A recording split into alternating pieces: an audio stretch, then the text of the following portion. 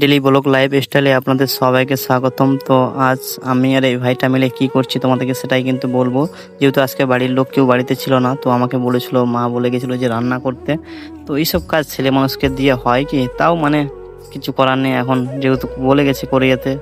মানে নাইলে মারা এসে আবার রান্না করতে গেলে অনেক বেলা হয়ে যেত। তো ওই জন্য আমি কিন্তু বসে না থাকি, আমি যে না যা পারি তাই করি কোনো রকম ভাবে। শুধু ভাতটাই তো নিয়ে ব্যাপার, আদার্স তো কোনো কিছু না তৈরি দরকার। তো ওই জন্য কিন্তু আমি চালটা নিয়ে নিচ্ছিলাম, দেখতে পাচ্ছ। চালটা নেওয়ার পরে আমি কিন্তু ধোয়ার জন্য জল দেখলাম, তো জল খুবই সামান্য ছিল। তারপরে কিন্তু আমি জল দিয়ে ধুয়ে নিচ্ছিলাম। আর একটা কথা হলো এটাই, তো বোন থাকলে হয়তো আমাকে আজকে হয়তো এইসব কাজগুলো করতে হতো না, কিন্তু কিছু করার নেই, ঠিক আছে। মেয়ে মানুষ হলে তো তাকে পরের ঘরে যেতেই হবে, তাই না? তো ওই জন্য আমি আর কিছু মাইন্ড না করে কোনো রকমভাবে আমি চালটাকে ধুয়ে টুয়ে নিয়ে তারপরে কিন্তু আমার যে অবশিষ্ট জল ছিল সেই জলটাই কিন্তু আমি দিয়েছিলাম, ঠিক আছে। তো যে জলটা দিয়েছি এই জলটা কিন্তু চালের পরিমাণে হয়নি, আরও জল লাগতো। তো একটা কাজ ছিল যে শুধু রান্না করা, ভাতের রান্না করা, কিন্তু আরেকটা কাজ বেড়ে গেলো, এই যে জল আনার কাজ। কথা বলে না একটা, যে অভাগা যেদিকে যায় সাগরও শুকাইয়া যায়, তো তাই কেস হয়েছে আজকের আমার, ঠিক আছে। তো আমি জলটাকে ঢাকা দেওয়ার পরে কলসিটাকে কিন্তু আমি ফাঁকায় রেখে দিলাম। রেখে দেওয়ার পরে আমাদের বাড়ির দরজাটা লাগিয়ে দিয়ে যাব, কারণ বাড়িতে কেউ নেই। তো ওই জন্য পাখিটাকে একটুখানি দেখে নিলাম, দেখি ও খেলা করছে একা একা।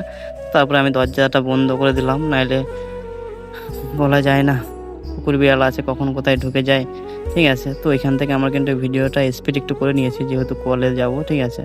তো এই কলে এসে অবশেষে কিছুক্ষণ দাঁড়ানোর পরে দেখতে পাচ্ছ আমাদের যে কলটা আছে, এই কলেই কিন্তু আমরা জলটা নিয়ে যাই, প্লাস এই জলেই কিন্তু খাই, ঠিক আছে। আর গরমের সময় তো পুকুরেও চান করা যায় না, আমরা এই কলের থেকে জল নিয়ে গিয়ে চান মান করি, প্লাস খাওয়া হয়, সব কিছু এই জলে হয়, ঠিক আছে।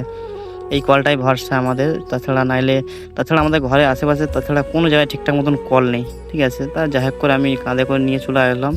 তো আমি তো আর মেয়ে মানুষ না যে মানে ঘাড়ে ইয়েতে করে নিয়ে আসবো কাঁধে করে। তো তারপরে কিন্তু জলটা এনে আমি ঢেলে দিলাম। জলটা ঢেলে দেওয়ার পরে আমি কিন্তু অবশেষে নিয়ে চলে গেলাম উনুনের ধারে গিয়ে আগুনটা জ্বালানোর জন্য ইয়ারি করছিলাম সব কিছু। তো তারপরে কিন্তু অনেক কষ্টের পরে কিন্তু আগুনটা জ্বললো। তো তারপরে গরমে আমার অবস্থা খুবই খারাপ হয়ে গেছিলো, ঘামে ঘাম পুরো, ঠিক আছে। অনেক কষ্ট করার পরে কিন্তু দেখতে পাচ্ছ রান্নাটা মানে ফুটে গেছে, আর মানে ভাতটা তো হচ্ছেও না। খিদে পেয়েছে, মনে হচ্ছে এই অবস্থায় খেয়ে নেবো নাকি তো কে জান, ঠিক আছে।